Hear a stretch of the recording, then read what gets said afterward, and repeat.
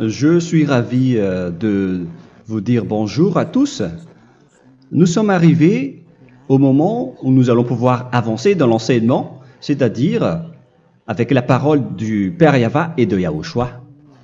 Nous allons suivre le numéro 16 de l'enseignement pour aujourd'hui. Donc nous sommes à nouveau arrivés au moment où nous allons pouvoir avancer avec l'enseignement qui porte le numéro 16 pour notre enseignement d'aujourd'hui. Et le titre de l'enseignement, c'est que vous devez être baptisé par Elia lorsque vous êtes convaincu. Et je vais continuer pour que vous soyez sauvés, pour que vous ne péchez plus. Justement, donc, vous devez être baptisé. Mais pourquoi devez-vous être baptisé? Pour quelle raison? Lorsque vous êtes vraiment convaincu, excusez-moi,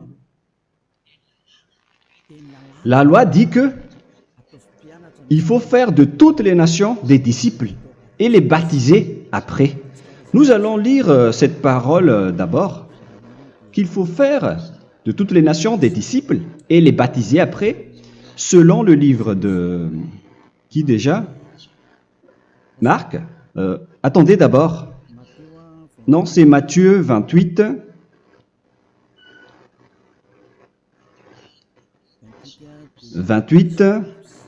Versets 19 et 20.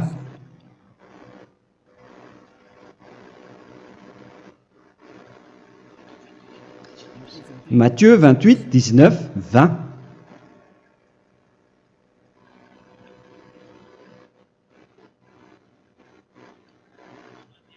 Allez, faites de toutes les nations des disciples. Ici donc, il faut faire toutes les nations des disciples. Les baptisons au nom du Père, du Fils et du Saint-Esprit.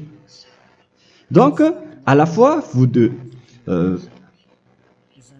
il faut les enseigner à observer tout ce que je vous ai prescrit. Donc, en enseignant une personne, c'est comme ce que Elia fait en ce moment.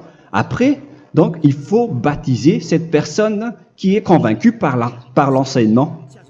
Donc, on ne doit pas baptiser une personne qui n'a jamais entendu cet enseignement. Voilà la première loi.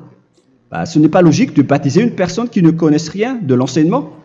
Et après le baptême, l'enseignement continue encore, comme ce que Elia fait en ce moment. Il enseigne toujours, même les personnes baptisées. Donc, on continue toujours à enseigner. Mais le baptême est donc une loi, tout d'abord. Donc, une fois convaincu, vous devez être baptisé. Moi, je ne vais plus parler du sujet d'enseignement que vous connaissez déjà, parce que vous êtes déjà convaincu. Donc, si vous voulez être nettoyé, lavé de vos péchés, pour que vous ne péchez plus dans ce saint royaume où il y a Elia, alors vous devez être baptisé, car c'est une loi selon l'Acte des Apôtres 22:16. Pourquoi tardes-tu? Lève-toi, appelle son nom et sois baptisé. C'est dans Actes des Apôtres, chapitre 22, verset 16. Actes des Apôtres 22:16. Nous allons lire ensemble cette parole. Et maintenant, que tardes-tu?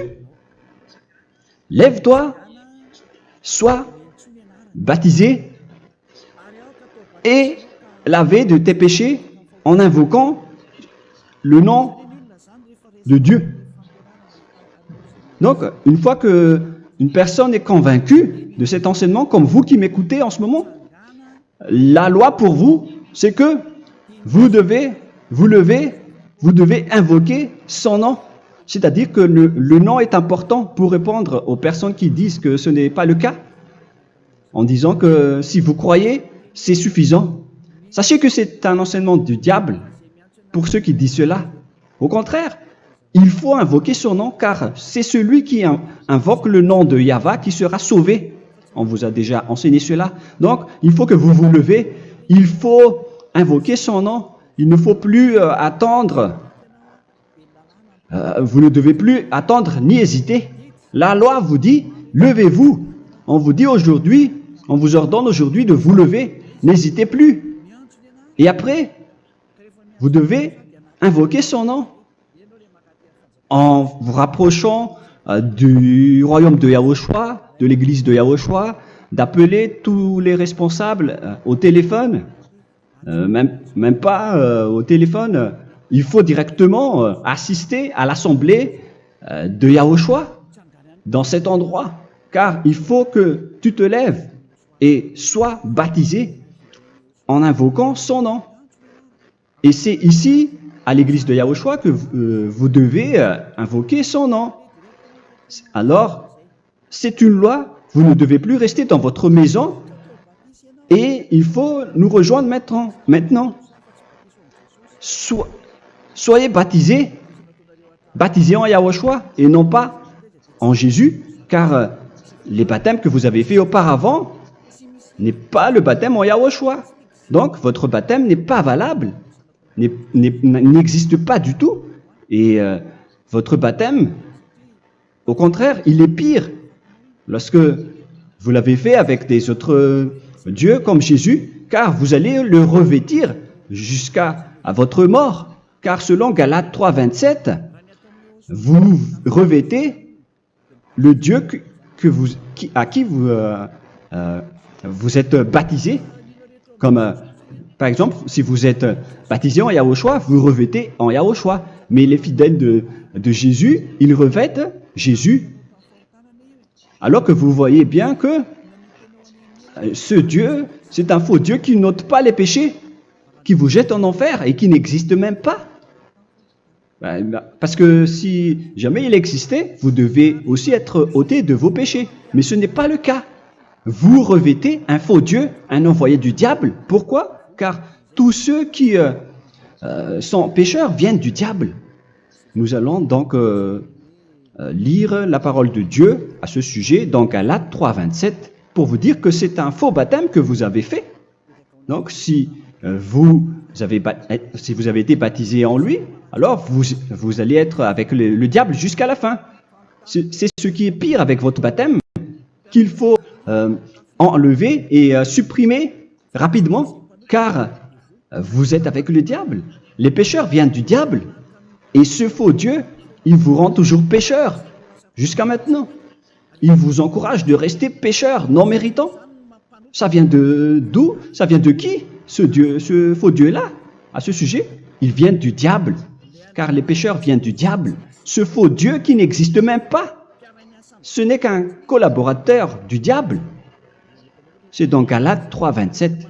Je vous donne la parole en vous disant qu'il faut fuir rapidement de cet endroit qui ne vous convient pas. Le dernier baptême, ce sera pour le 8 mars 2026 à Madagascar. Et après, il n'y aura plus de baptême ici. Galates 3, 27. Vous tous qui avez été baptisés en Yahushua, par exemple, alors vous avez revêtu Yahushua. Voilà la parole. Donc, si vous avez été baptisé en Jésus, alors vous revêtez Jésus. Comme avec votre dernier baptême, vous allez toujours revêtir celui-là. Et ce vêtement ne sera jamais ôté tant que vous ne vous rapprochez pas de Élia. C'est lui uniquement qui peut vous enlever de ce baptême, de ce Jésus qui vous rend pécheur. Un collaborateur du diable et qui vient du diable. C'est dans 1 Jean, pour vous dire, est-ce que vous pouvez toujours rester dans votre ancien baptême après tout ce schéma? 1 Jean, chapitre 3, verset 8. 1 Jean 3, 8. C'est où déjà? Celui qui pêche est du diable, car le diable pêche dès le commencement. Vous voyez? Et voilà ce qui est pire. C'est votre Dieu même qui vous rend pécheur et qui vous dit que vous devez être pécheur. C'est lui-même, à ce sujet-là, qui vient du diable. C'est vraiment pire ce schéma, car il s'agit d'un envoyé du diable qui vient du diable. Un envoyé du diable. C'est-à-dire que ce schéma vient du diable. La parole est directe et droite. S'il n'est pas du diable, il vous aurait déjà dû il vous aurait déjà ôté de vos péchés. Mais ce sont les diables qui rendent pécheurs les gens, car ce sont les chefs du péché, les diables. La parole est claire ici, celui qui pêche est du diable. le fils du diable est du diable. Le fils de Dieu est un Dieu. Le fils de l'homme est un homme. Et celui qui vient du diable est du diable comme lui. Lui, il vous a rendu pécheur pendant plus de 2000 ans. Il vous a jeté en enfer. C'est pourquoi on vous dit de quitter cet endroit et ce Jésus qui sera toujours collé à vous, à votre corps, qui est enterré dans votre peau.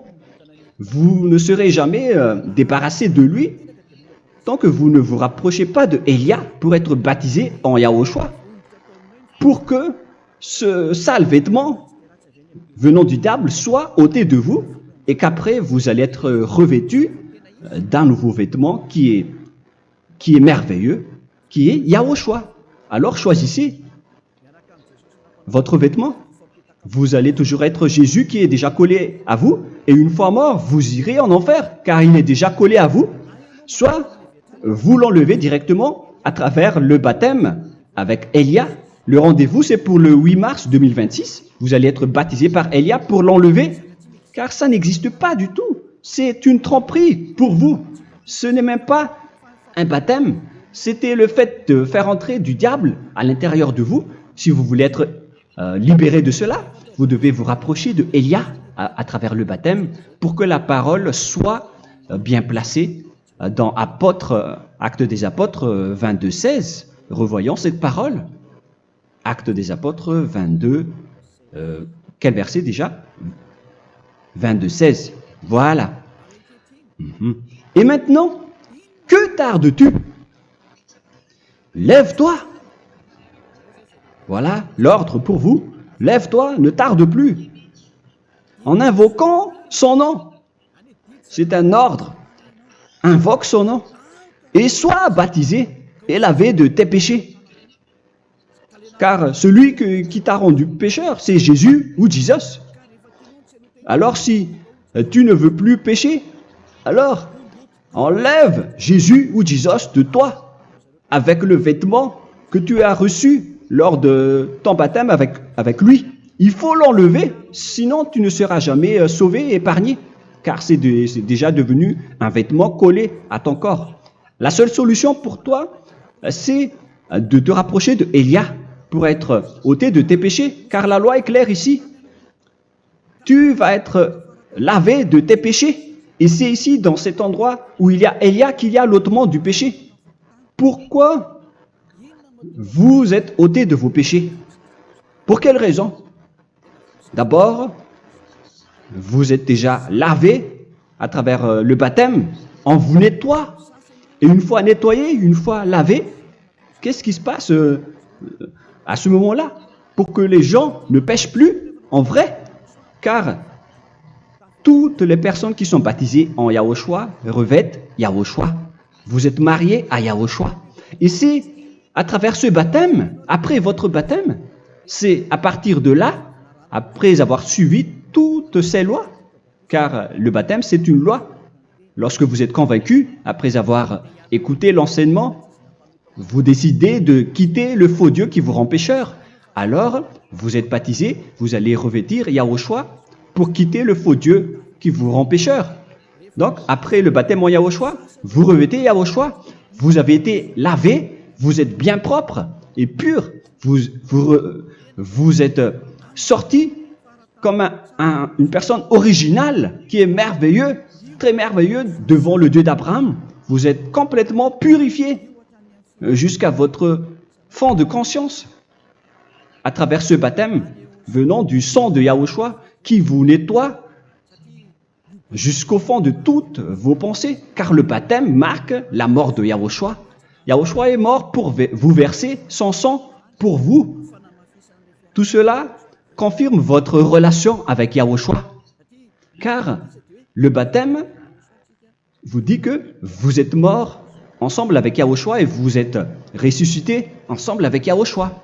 Vous avez été enterré avec lui et vous avez été ressuscité avec lui dans la vie éternelle. Voilà la vie avec Yahushua et le baptême avec Yahushua.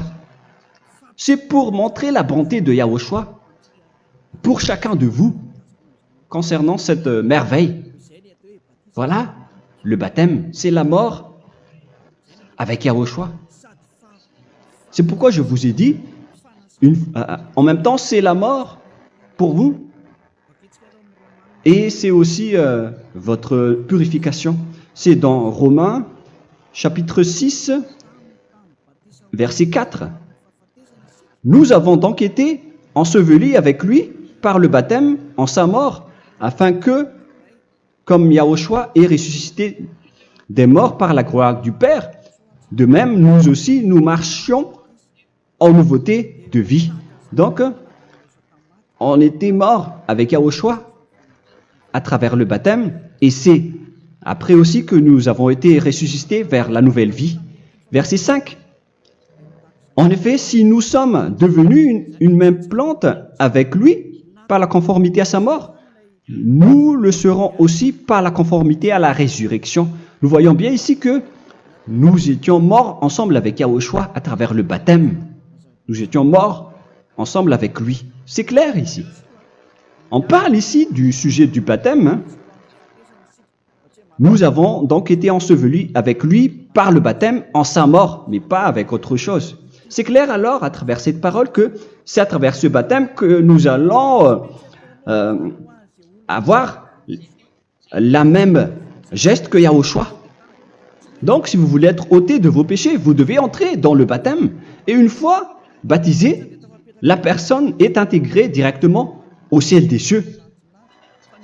Mais il y a des étapes à suivre avant d'arriver là-bas, ce que je suis en train de vous enseigner en ce moment. Car l'objectif du baptême, avec la mort et la résurrection, et l'enterrement, après la fin de votre chemin, c'est le ciel des cieux.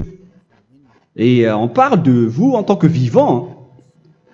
C'est dans Éphésiens chapitre 2, verset 6. Éphésiens 2, 6.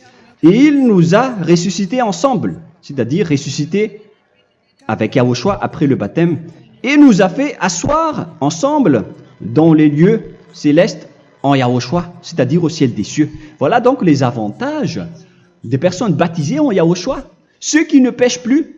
Et l'objectif, les excuses, l'objectif, c'est d'accomplir la parole de Yahushua qui a dit « Ne péchez plus ». C'est ça l'objectif du baptême. Le baptême, c'est que vous n'allez plus jamais pécher. Selon la parole de Yahushua, qui se trouve où déjà? C'est dans Jean chapitre 8, verset 11. Jean 8, 11. Excusez-moi. Elle répondit, « Non, Seigneur. » Et Yahushua lui dit, « Je ne te condamne pas non plus. Va et désormais ne pêche plus. » Donc l'objectif de votre mort et de votre résurrection avec Yahushua, c'est d'arriver dans cet endroit où vous ne péchez plus. C'est la loi de Yahushua, la loi de la perfection que vous devez suivre. La finalité, c'est que vous ne devez plus pécher. C'est une loi incontestable, car c'est la justice en Yahushua. Il ne faut plus jamais pécher. Et c'est vraiment la vérité. Et il a même confirmé cette parole 2 fois, à 2 reprises, selon aussi Jean 5, 14, que nous allons lire également. Il a répété cette parole 2 fois. Depuis, Yahushua le trouva dans le temple et lui dit, « Voici, tu as été guéri. Ne pêche plus. » Excusez-moi.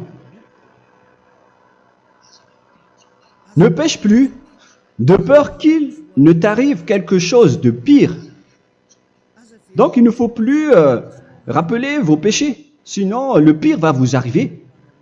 Et vous voyez, vous, les personnes pécheurs qui m'écoutez en ce moment, où est votre finalité? Est-ce que c'est bien? Réfléchissez. Les personnes parfaites, ce sont les personnes qui ne pêchent plus. Contrairement à vous qui dites que vous êtes toujours des pécheurs qui ne méritent pas le ciel des cieux. Vous l'avez dit par vous-même.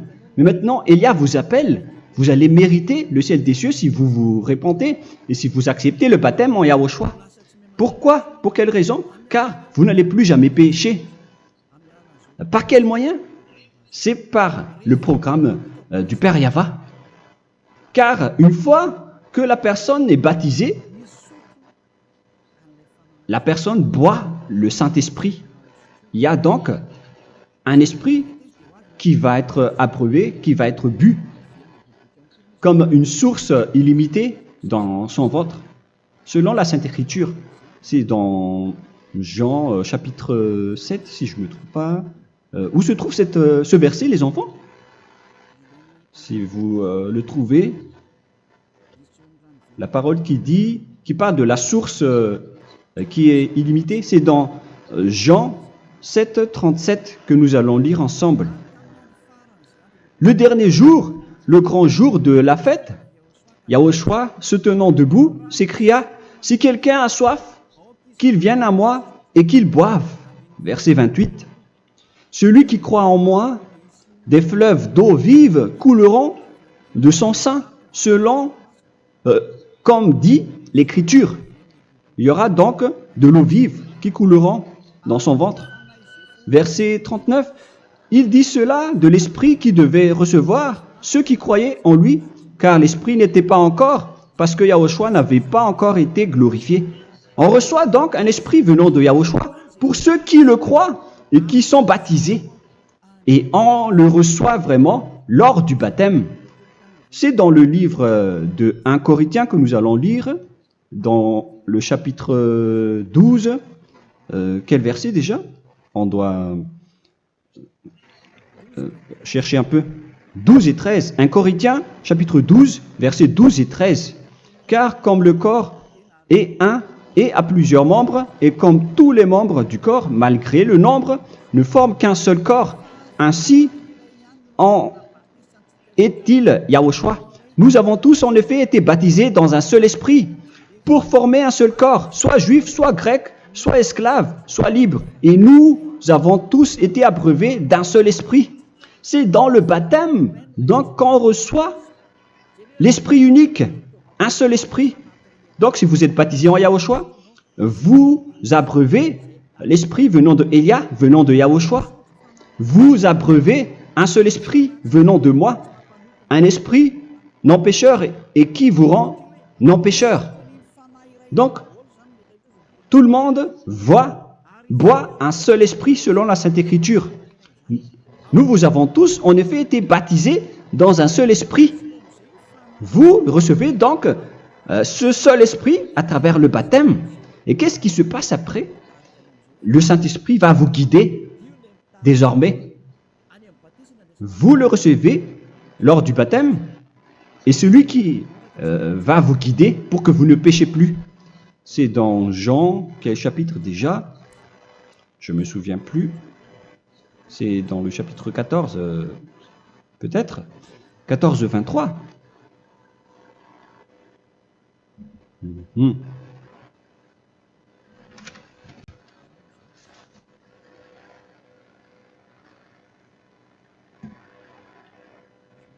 Où il est passé déjà?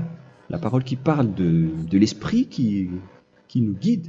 Mais je ne me souviens plus lorsqu'on en a besoin. Où est cette parole, les enfants? Où se trouve cette parole? Oui, c'est 14, 26. Jean, chapitre 14, verset 26. Mais le Consolateur, l'Esprit Saint, que le Père enverra en mon nom, vous enseignera toutes choses et vous rappellera tout ce que je vous ai dit. La parole de Dieu précise bien ici que le Saint-Esprit, qui est le consolateur, à la fois donc il est consolateur, il est envoyé par le Père en mon nom, il vous enseignera toutes choses et vous rappellera tout ce que je vous ai dit. C'est le Saint-Esprit donc qui vous enseigne, qui vous guide avec toutes les choses que vous avez besoin dans votre relation avec Yahushua. C'est lui qui est le vrai enseignant, le vrai guide, qui vous guide dans votre chemin. C'est dans Jean 16, 13, peut-être. C'est dans Jean 16, 13 que nous allons lire ensemble. Quand le consolateur sera venu, l'Esprit de la vérité, il vous conduira dans toute la vérité. Il vous conduit, il vous guide, il vous enseigne en même temps. Et à quel moment vous allez faire du mal à ce moment-là?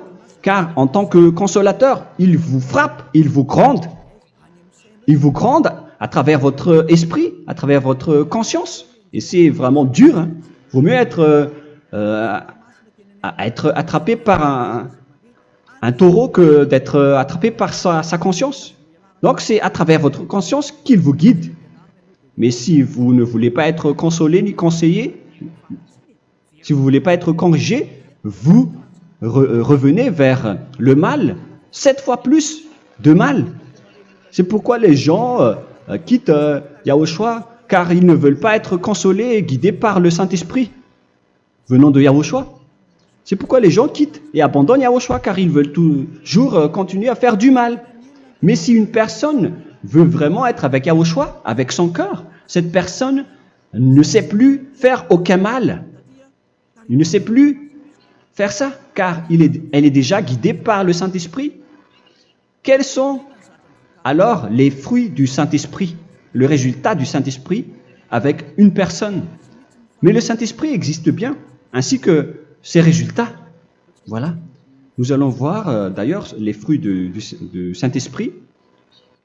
C'est dans quel verset, les enfants? Je ne me souviens pas non plus. Je vais également donc la rechercher. Nous allons voir un peu les fruits du Saint-Esprit que je vais rechercher rapidement et chercher un peu. Celui ou celle qui le voit en premier, vous me le dites directement la réponse.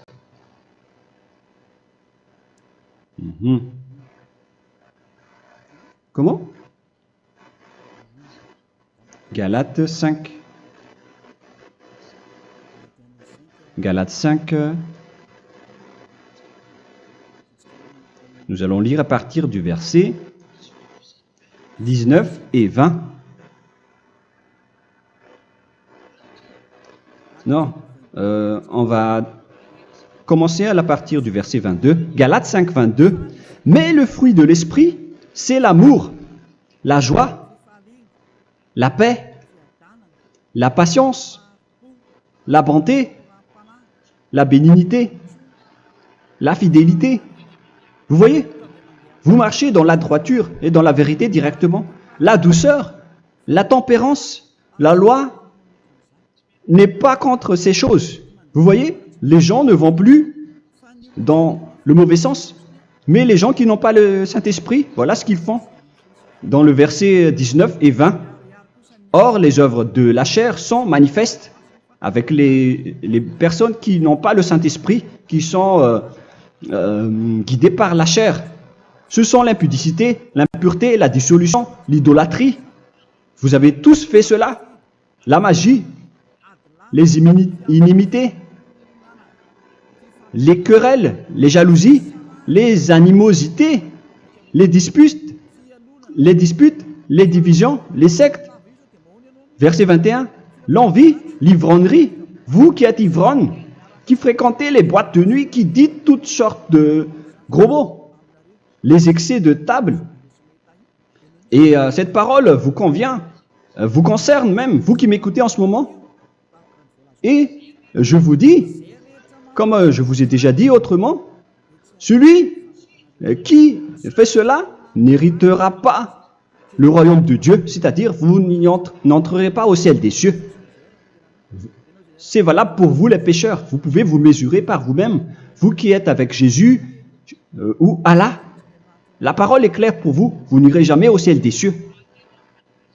La question qui se pose, où est alors votre espoir, vous qui allez prier? Car la parole de Dieu vous lit déjà votre finalité. C'est la parole du Dieu d'Abraham qui a engendré Yahushua, son fils. Voilà la loi qu'il a dit aux apôtres. Les malfaiteurs n'iront jamais au ciel des cieux. Mais pourquoi vous allez encore rester là-dedans? Pourquoi ne pas rejoindre Élia pour être purifié et lavé?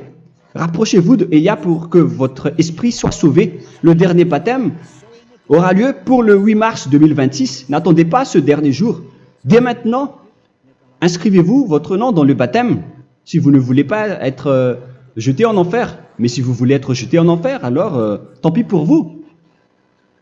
Alors que vous avez peur de mourir, et vous allez chez le médecin lorsque vous êtes malade, vous avez peur du feu de charbon, alors que ce n'est qu'un petit feu de charbon.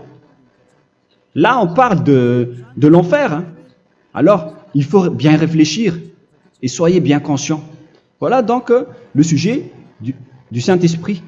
Maintenant, nous allons lire le livre des Éphésiens. Éphésiens, chapitre 4.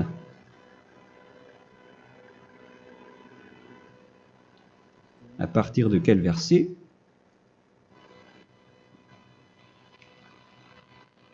Allons-y. Je dois relire un peu car il y a plusieurs paroles ici. Moi, je vais vous sortir la parole qui dit que les personnes en Yahushua ne font plus aucun mal. Ah, où il est passé déjà? Ah, je l'ai perdu. Attendez d'abord. Donc, Éphésiens.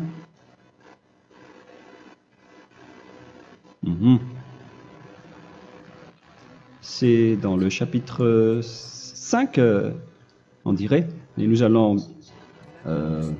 voir tranquillement. Mais nous allons voir dans Galates 5,16 d'abord.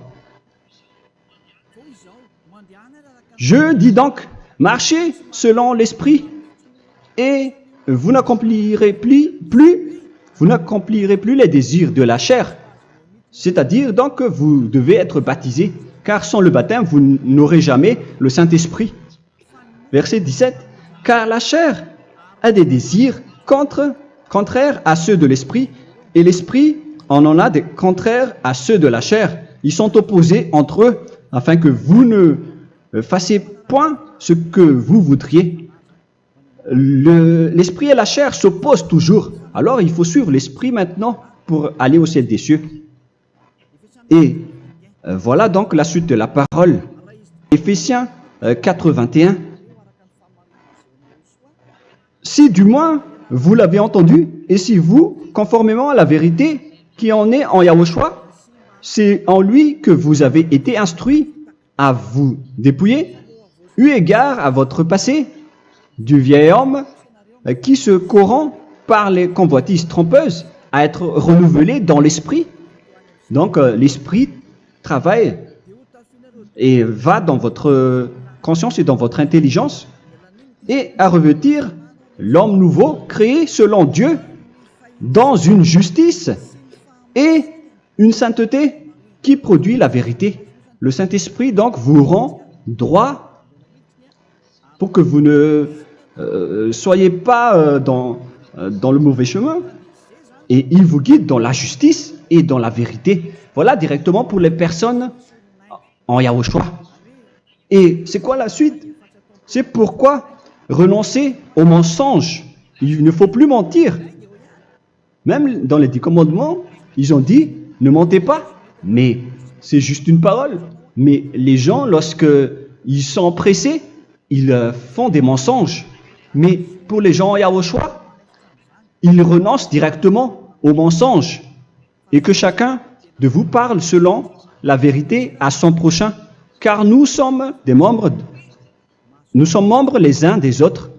Si vous vous mettez en colère, ne péchez point. Que le soleil ne se couche pas sur votre colère. Voilà toutes les lois de Yahushua qui sont guidées, qui sont ordonnées par le Saint-Esprit. Alors, ne donnez pas accès au diable. Ne mettez pas le mal dans tous vos chemins. Il faut rester sainte, vraie et parfaite.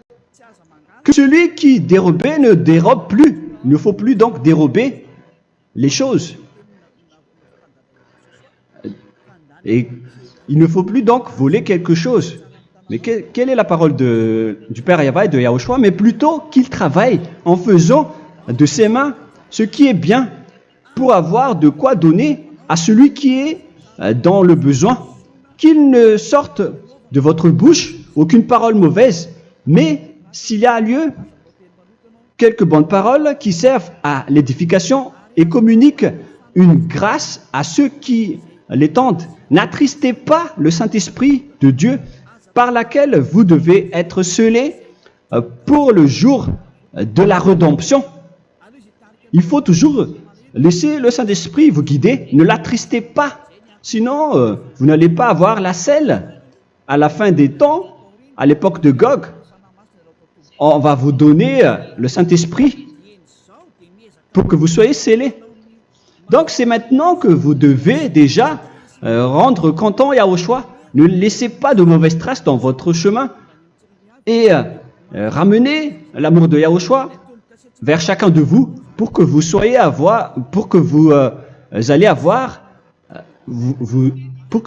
seriez scellés pour avoir le Saint-Esprit que vous avez vraiment besoin pour le dernier combat dans les fins des temps.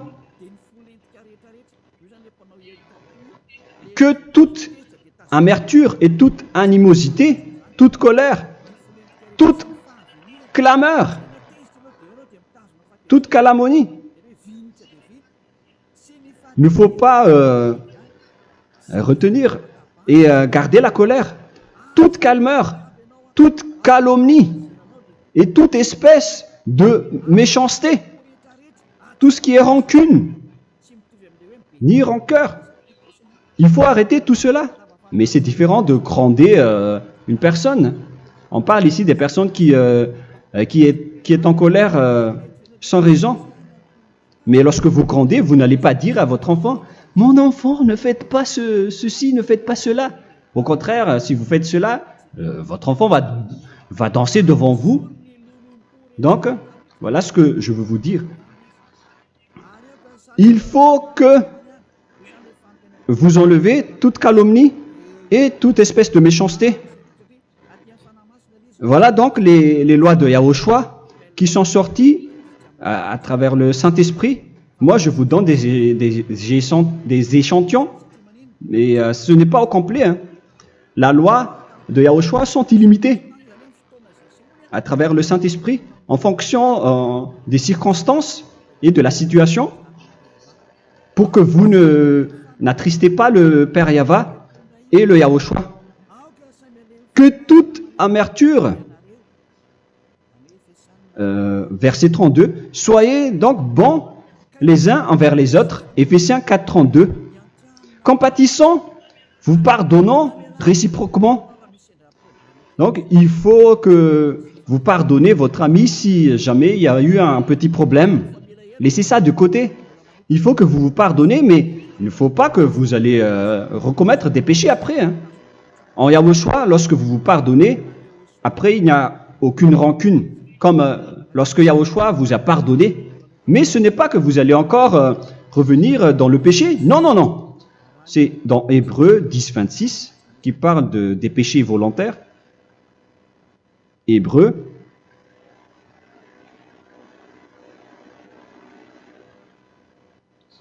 Hébreux chapitre 10. C'est bien ça. Hein? Pour ceux qui s'en souviennent. Voilà, versets 26 et 27. Hébreux 10, 26, 27.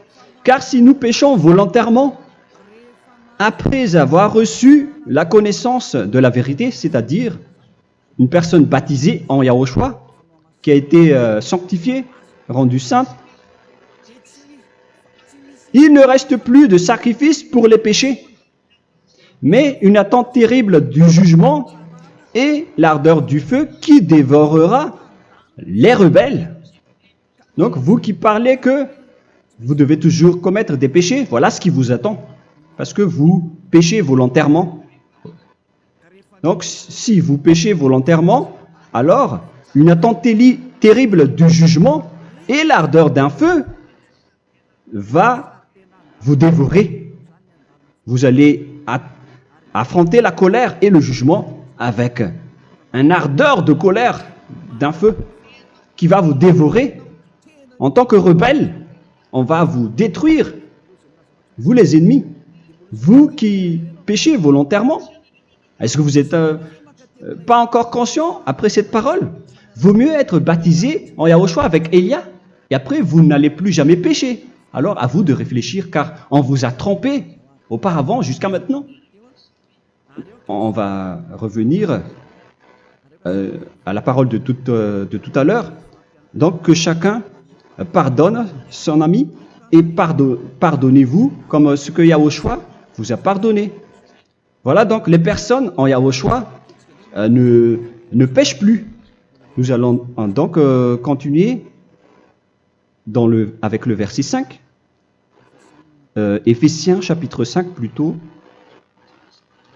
Je vais encore continuer car j'ai besoin que vous l'écoutez.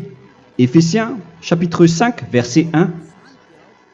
Devenez donc les imitateurs de Dieu comme des enfants bien-aimés et marchez dans la charité.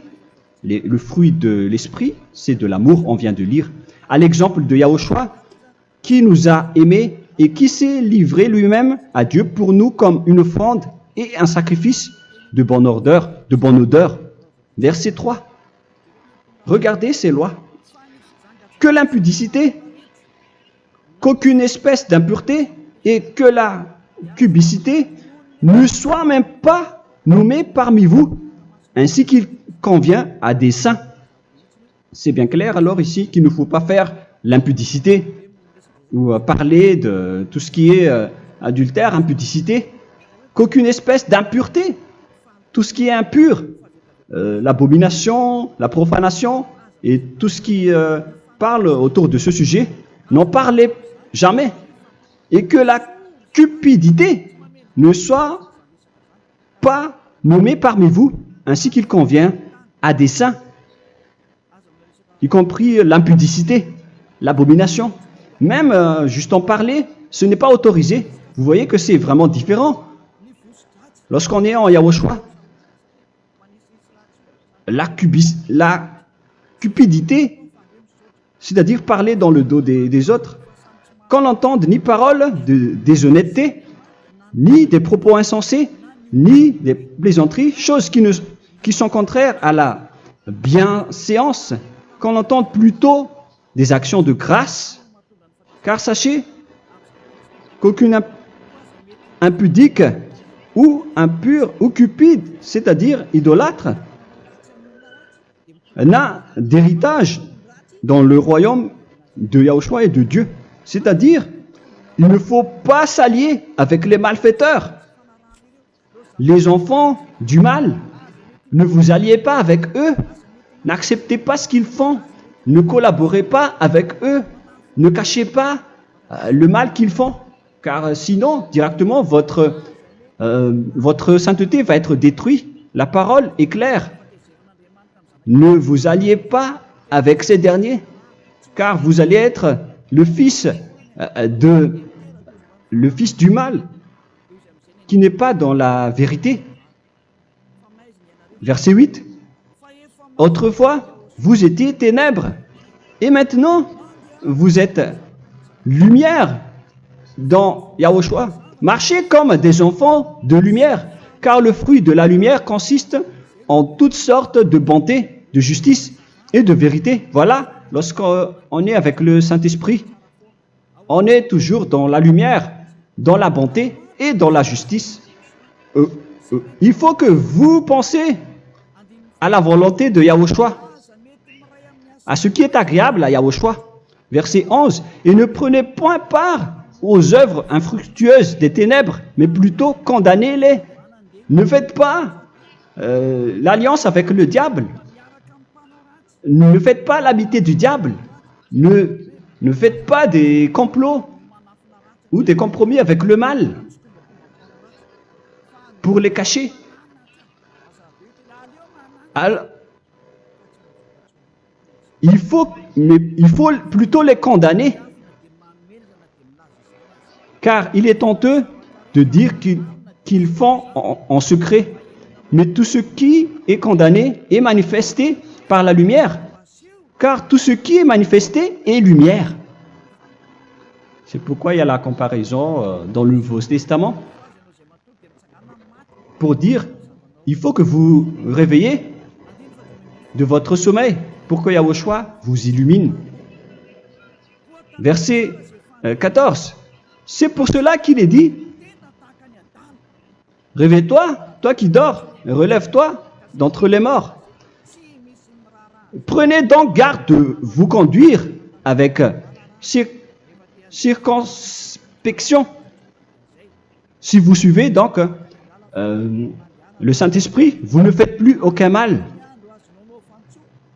Alors, il faut en profiter de faire du bien. Ne faites plus le fou. Et connaissez la volonté de Yahushua. Ne vous envrez pas de vin. Ce n'est plus bien de faire cela. C'est de la débauche. Soyez au contraire l'empris de l'esprit. Entraînez-vous par des psaumes et des hymnes et par des cantiques spirituels, chantant et célébrant tout votre cœur les louanges de Yahushua. Rendez continuellement grâce à toutes choses à Dieu Père au nom de notre Seigneur Yahushua. Voilà, c'est suffisant. Je viens de vous donner les lois de la Nouvelle Alliance qui n'est pas du tout associée aux 10 commandements. Ça n'a rien à voir avec les 10 commandements. Si vous avez bien écouté, j'ai dit des choses complètement différentes qui ne se trouvent pas dans les 10 commandements. Notamment le baptême, ça n'existe pas là-bas. Et donc, c'est après le baptême que vous allez abreuver le Saint-Esprit et après vous n'allez plus faire aucun mal. Nous remercions infiniment Yahushua à travers cette parole. Je suis sûr que vous êtes contents pour aller dans cet endroit où personne ne pêche plus. Alors approchez-vous de Élia, qui est l'envoyé du Père Yahva et de Yahushua. Une fois que vous suivez Élia, vous n'allez plus jamais pécher, car vous allez être avec Yahushua. C'est seulement dans ce saint royaume où il y a Ziadia Elia qu'il y a des personnes qui ne pêchent plus sur cette planète Terre. Mais les autres ne sont que des pécheurs et il y a même des voleurs et des imposteurs. Je vous souhaite le meilleur pour que vous allez inscrire votre nom dans le baptême. Inscrivez votre nom car le temps presse, le moment est proche. Il ne reste plus que environ 170 jours. Bientôt, nous allons entrer dans les 160 derniers jours et après 150 et après 100. Il ne restera plus que 100 jours. Alors, faites le maximum d'efforts. N'attendez pas le dernier moment pour inscrire votre nom. Parce que si vous mourrez avant, qu'est-ce qui va vous arriver? Vous ne savez rien de ce qui va vous arriver avec votre esprit. C'est le diable qui vous encourage à faire du mal. Il ne veut pas que votre esprit soit sauvé, mais moi je vous dis, sauvez votre âme. N'acceptez plus. Suivez Yahushua à travers Élia qu'il a envoyé parmi vous. On m'a envoyé pour vous sauver. Alors, rapprochez-vous de lui maintenant. N'ayez plus peur de personne. Sauvez votre esprit, car les humains sont comme vous. Ils ne vous sauvent pas, ils ne peuvent pas vous sauver. Mais sachez que votre esprit va être jugé. Et sachez aussi que vous ne pouvez pas vous battre avec le Dieu d'Abraham. Alors sauvez votre esprit, rapprochez-vous de Élia. Nous irons en Yahushua, car c'est à travers moi que vous pouvez l'approcher. Prions ensemble. Merci infiniment, Père Yahva, pour toutes ces paroles. C'est vraiment du salut, de la miséricorde et de la vie éternelle.